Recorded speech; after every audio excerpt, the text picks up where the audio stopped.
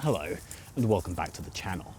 At some point nearly 2,000 years ago, somewhere along the River Medway where I'm standing right now, a battle took place that may have decided the future of Britain. Roman soldiers crept carefully through reeds and water, their shields held above their heads. On the far bank, on this side of the river, Briton warriors waited patiently with spears and chariots, thinking, incorrectly, that they were safe with this huge defensive barrier between them and the Roman forces. If you're wondering, yes, I am trying to give off as much ancient Britain as I possibly can right now. Although I'm not 100% sure they wore stringy, colourful jumpers like this one. According to Cassius Dio, the only source for this battle, and the closest but not quite contemporary historian covering it, the battle lasted 2 days and almost ended in disaster for the Romans. And because we've only got that one source, huge questions remain about this battle, and we still don't really know exactly where it took place. Some think it was near Rochester, some think it was Aylesford, some think it was smack bang in between where I am right now. But unfortunately, when you've only got one source who was writing about the event 150 years later, it's kind of hard to be accurate, let alone factoring in the fact that this was AD 43 and the River Medway didn't really look like this. But what we can say is that at some point in AD 43, a battle did take place along the River Medway, roughly here, and helped open the door for 4 centuries of Roman rule in Britain. By the 1st century AD, Britain was not the isolated island it is sometimes imagined to be. Trade across the Channel had been thriving for a long time. And amongst the many different tribes that made up Britain at this time, some even maintained diplomatic relationships with Rome. But the island itself remained very much outside the empire. But that was about to change. Back in Rome, Emperor Claudius, who'd only been in charge for a couple of years after his nephew, Caligula, was somewhat assassinated. Now, Claudius, despite being emperor of Rome, wasn't necessarily in the strongest position. After Caligula had been, removed, he'd been placed on the throne by the Praetorian Guard, so he kinda needed something to make him look legit. And if there was one thing that would offer him the most glory and power and triumph, it would be the islands that had foiled various previous attempts at invasion, that being Britain. And so, in the year AD 43, Roman Emperor Claudius ordered a full-scale invasion of the island. Now, to begin with, there was actually a little umming and ahhing about this potential invasion, and quite a few important generals felt that they didn't really fancy taking a boat over the channel to that island that had offered so many disappointments before. But apparently, with the help of certain charismatic people, everyone was eventually convinced it was a good idea. And so, commanded by the general Aulus Plautius, 4 legions of Roman troops crossed the Channel. And those 4 legions were supported by other auxiliary troops from elsewhere in the empire. And all in all, those 4 legions added up to, we think, around 40 to 45,000 troops. And one of those commanders, who was crossing the Channel with everyone else, was actually a fellow called Titus Flavius Vespasianus. A chap, if you know your Roman history, who would actually go on to become emperor himself. According to Cassius Dio, there's a chance that none of this could have happened at all because, as we know, they weren't particularly keen on going in the first place, and they had some trouble making it there when they were crossing the Channel. And apparently it was only a flash of light rising in the east shot across to the west, which was the direction they were sailing, that put them back on their course. So apparently the 4 centuries of Roman rule in Britain that were to come was only because of some light in the sky. Now, as with most things that happened this long ago, we're not 100% sure where the Romans landed, but most historians tend to agree that it was probably near modern-day Richborough, which would have been known to the Romans at the time as Rutupiae. From there, the Roman army started marching inland, but their invasion attempt didn't go completely unopposed. And of course, it wasn't long before word of their arrival spread throughout the southeast. An army of around 45,000 Romans is probably going to be big news. And it wasn't long before news of their arrival reached the leaders of the most powerful southern tribe, the Catuvillani.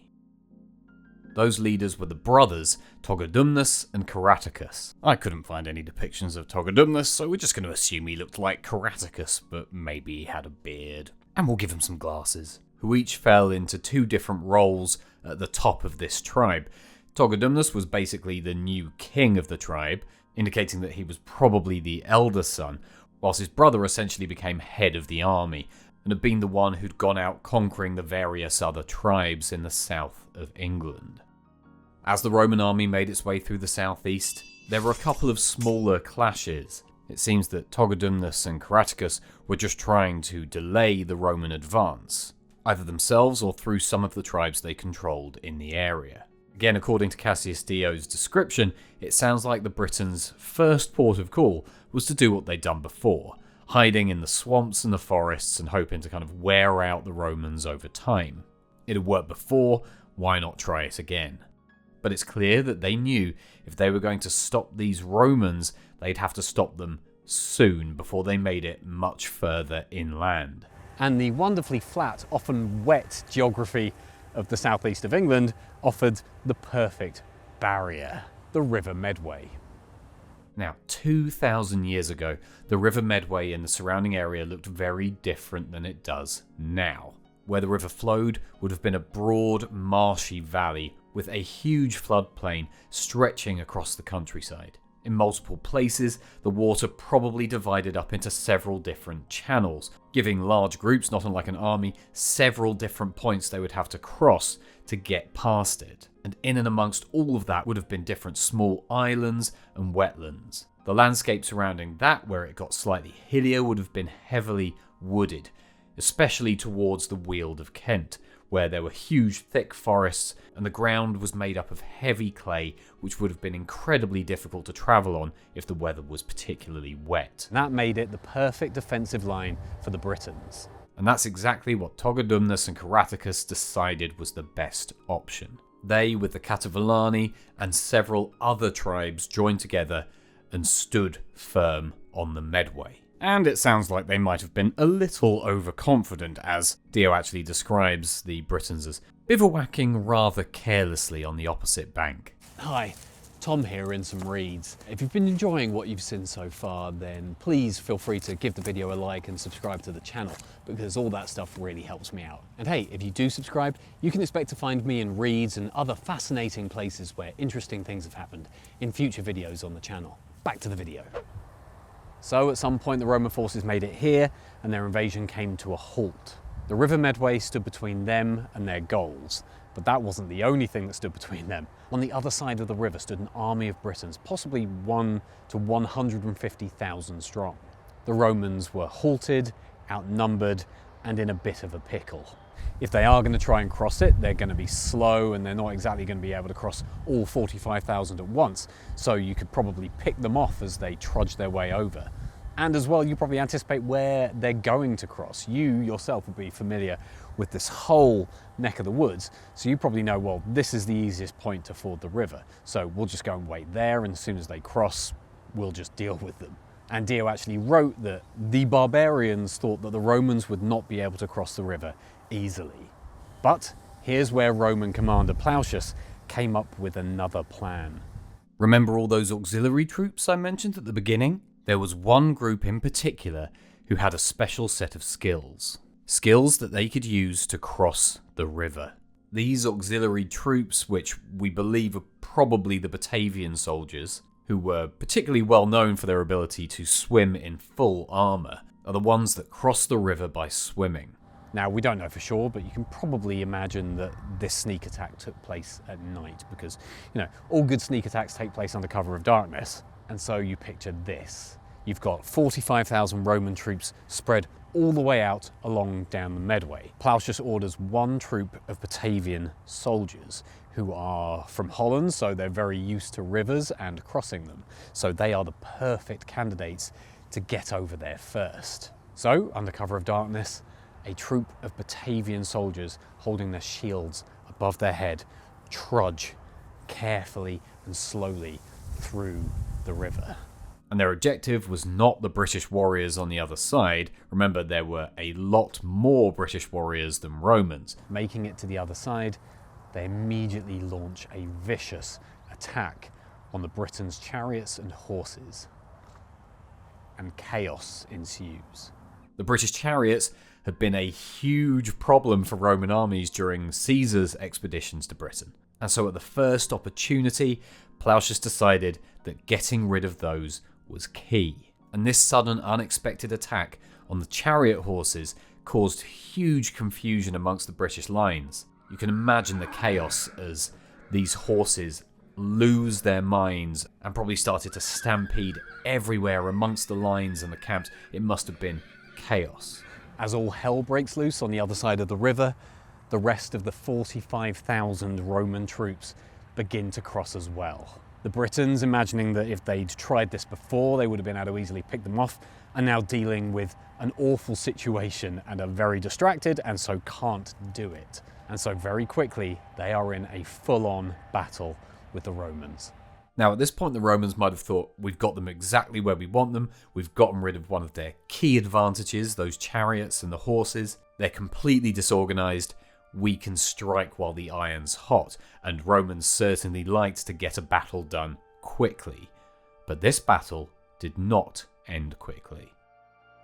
It would appear that the confusion now probably on both sides of the river and with those Romans who were still crossing led to a very drawn-out battle. Apparently, amongst the first Romans to cross the river after the Batavians was Flavius Vespasian, along with his brother Sabina, and they managed to do a fair amount of damage in the confusion. And the fighting continued for much of the first day without any kind of decisive result. And the Britons, who still had those far superior numbers, probably reorganised somewhat and fought fiercely against this Roman advance. But as night fell, more Roman troops managed to cross the river unharmed. And by dawn the following day, all those Roman units had formed up back into their disciplined battle formations, ready for a renewed fight. And it was on this second day of the battle that things finally came to a head. These better organised Roman forces, under the command of Gnaeus Hosidius Gaeta, launched a determined attack. Although at one point during the fighting, Gaeta was nearly captured by the Britons, which would have been very bad. However, despite being completely surrounded, his troops managed to get back to him, rally round him, and continue the assault. And with this renewed fight, the Romans eventually managed to break through the British lines and manoeuvre around them, basically trapping them in a classic pincer movement. And seeing that their position was getting very, very bad, the remaining British forces finally decided that they had to retreat. The advantage in this chaotic battle was slowly turning back towards Roman discipline and organisation. And actually, for this incredible turnaround and success, Gaeta was later awarded the Ornamenta Triumphalia, a rare honour granted for exceptional military success. Eventually, the Roman army did manage to secure a crossing here, and the remaining British forces were forced to retreat, and again retreated to a river, this time the next one up, the River Thames. Though you'd imagine at this point their confidence in rivers as a defensive option had probably been shaken a little bit. With the Battle of the Medway essentially won, it was time for the Romans and the Britons to take stock of what had been won and lost. The British forces, who had withdrawn towards the River Thames, had lost their leader. Togodumnus had been defeated and mortally wounded. We're not sure whether it happened in the battle itself or slightly later, but we know that he died not long after the battle. It seems when they got to the River Thames, the Britons knew exactly what they were doing. At this point, where the Thames met the sea, Dio describes it at flood tide forming a huge lake, and this gave the Romans a lot of trouble. Eventually, they did apparently manage to swim across again and found a bridge a little way upstream, and then the battle basically started again, and apparently they cut down a lot of them, but at that point the Britons decided this river thing still wasn't working, and so they disappeared into the swamps. According to Dio, after Togodumnus died, the Britons decided that retreating was not working, and united all the more firmly to avenge his death. And at this point, Aulus Plautius, after having been through a fair amount of difficulty and confusion going through various rivers and wetlands, decided that he was probably okay with what he'd already got, and at this point sent for Emperor Claudius. Caratacus survived and continued fighting the Roman invasion for several more years, albeit he was ultimately doomed to fail. He was ultimately defeated at Caratacus, where he was actually taken to Rome to march in a triumphal parade for Claudius. And actually, to be honest, it didn't go too bad for him in Rome. He apparently delivered an incredible defense of himself, his actions and his tribe before the Roman Senate, was pardoned by Claudius and provided with property and a pension. Now, as we've already mentioned, it's hugely up for debate whether this is actually where the battle took place. What we do know is that when they landed more or less near Richborough, the most natural passage for them to take would have been the old Pilgrim's Way, which would have naturally led them through this part of Medway. And also, we're not necessarily on the exact spot the battle took place. You've got to remember that this was 45,000 Romans and 100 to 150,000 Britons. So they would have been stretched out quite a lot further than this one spot that I'm standing in. What we can say for sure, though, is that somewhere in this river valley, the Romans broke through the first real line of defence that Britain had.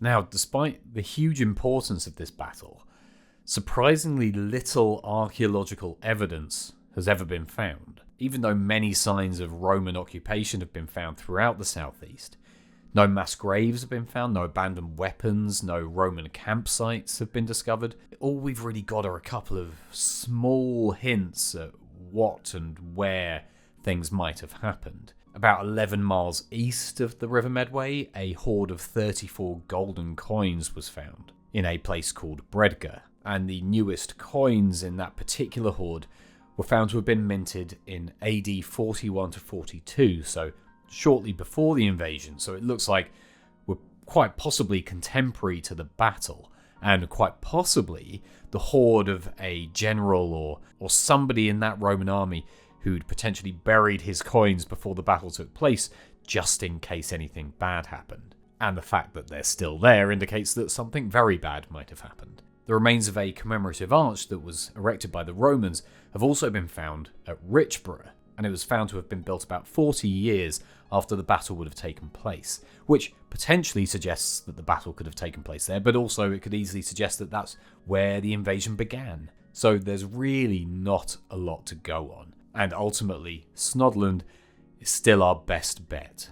Archaeologists have found a ton of Roman stuff across the southeast of England, coins, luxury goods, various villas, buildings, all kinds of Roman stuff. Obviously there was a lot of Roman activity in the southeast.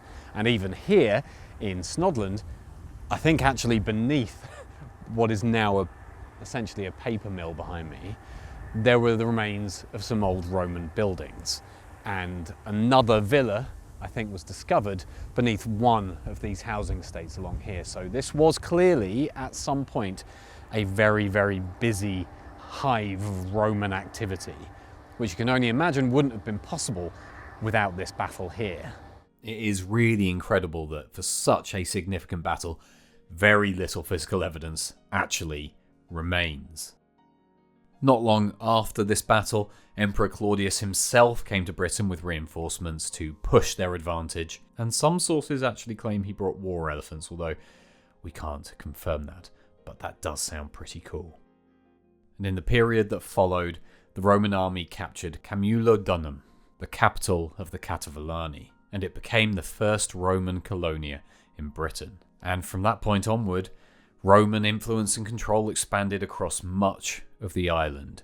Roman towns appeared, roads were built, we all know the details. And Britain became part of the Roman world for almost 4 centuries, AD 43 to about AD 410, where the Emperor Honorius told the Britons to look after themselves.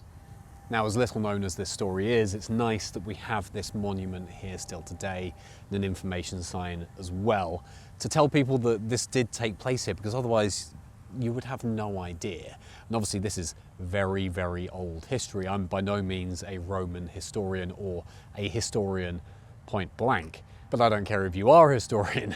If there wasn't something like this here, it's very unlikely you'd walk through here and think, ah yeah, a huge Roman-Britain battle took place here. And it just goes to show how much history is just hidden away like this. And I myself wouldn't have known about this if I hadn't walked around here and seen this monument and this information sign. I think it's so important to have monuments like this, even if it's out in the middle of nowhere, because at some point somebody's going to walk past there and it's going to teach them just a little bit about what happened in the landscape that they're walking through. What's also very interesting is that just across the water from me here is All Saints Church.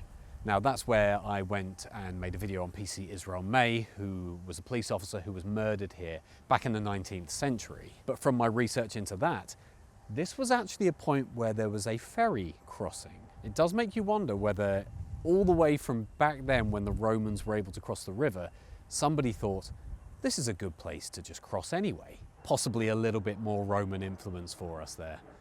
As always, thank you for watching. It really means a lot to me, no matter how many of you click on these videos to have a look. I'm not a historian, I'm just an enthusiast, and so it makes me feel very, very proud every time I get a single person clicking on this to find out a little more about a lesser known historical story. If you have any suggestions for other interesting little historical stories from your local area or other places in Kent or the UK, then let me know in the comments, because I always have a look down there and I've got a huge research list that's growing day by day, so not really going to be running out of content anytime soon. And on that note, if you could like the video and subscribe to the channel, that would massively help me out, and I'll see you in the next one.